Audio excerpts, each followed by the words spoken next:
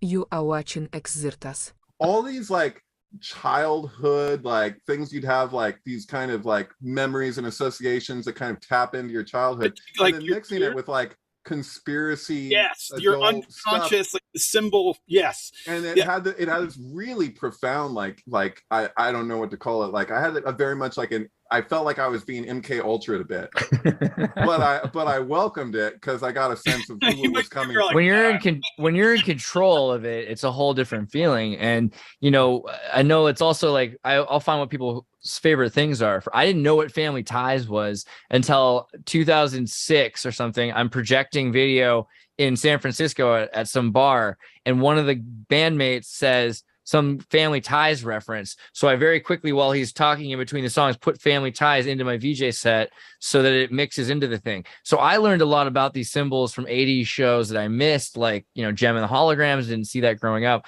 And when you take it apart, you get a lot more out of it than if you're just presented it as a kid. You just kind of accept it at face value.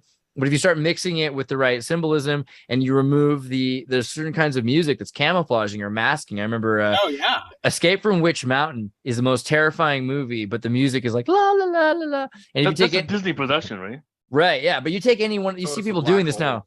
They're editing these people will edit a movie trailer to be a horror film out of a Disney movie. And you're like, well, of course, because it is. They're trying to make it not, because like, how much can we make it possible for you to handle this? Tapping into that, what draws you in at that age too. And I don't think it's necessarily nefarious as much as it is like a way to tell a story.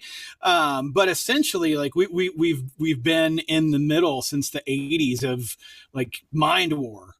There's a reason why Gem and the Holograms pentagram faces straight down, though. Right. And also like a lot of those people, that were doing those cartoons. Christy Marx. We're talking about 80s cartoons Yeah. and shit. Like Christy Marx worked for Christy Marx made the G.I. Joes, and she made the Transformers, and she made Gem and the Holograms. And before that, she wrote the Sisterhood of Darkness, which is about like some lesbian priestess cult that kills people for Image Comics. So I mean, there's a lot of history there.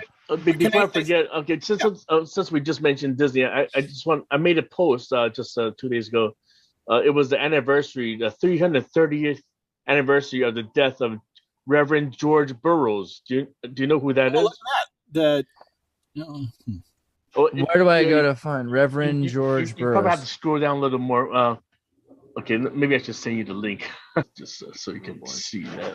While you're finding that, I found out a tidbit that I had no idea of, and I was really surprised I didn't know until the other day. But you guys are familiar with Aquino, obviously. I brought him up earlier. Right. Yeah, my dad works with him. Interesting. And I Letterman. They share the same office. It's weird how he comes up like a tuning fork so often, right? Like that's so crazy. That paper called Mind War. So that's why I said, with a lot of the stuff that, whether we realize it or not, there's this collective unconscious of symbols being used for better or for worse. But that's something they talked about making use of in that Changing Images of Man paper, which that was actually Joseph Campbell and Aldous Huxley, a bunch of people. It was a collective work, but the person that published it was Ghislaine Maxwell's father. That was interesting. Robert Maxwell. Andres, I just sent you the link. I'm getting it. There you go. But I didn't know this. This is what I was going to say. Rosemary's Baby, the premiere of that, Anton LaVey was there because he was a consultant on the film.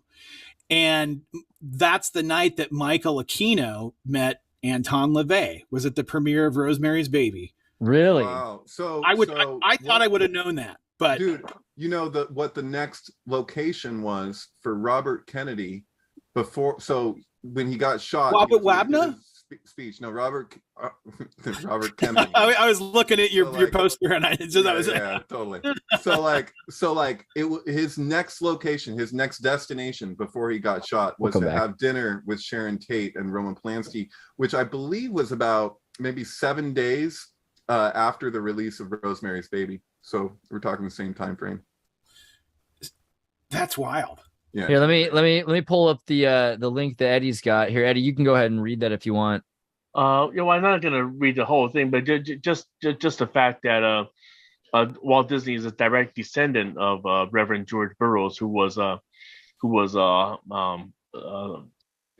to the Salem witch trials and was executed. So Walt, let's just be clear, because people will often say Walt Disney, Freemason, blah blah. It's a special sect of Freemasonry, but the big thing for him was Demolay. He was a Demolay youth. Yeah. Yeah, right, but he was also Rosicrucian. So after the Rosicrucian thing is paramount there. So it's the 330 years since this witch hunter.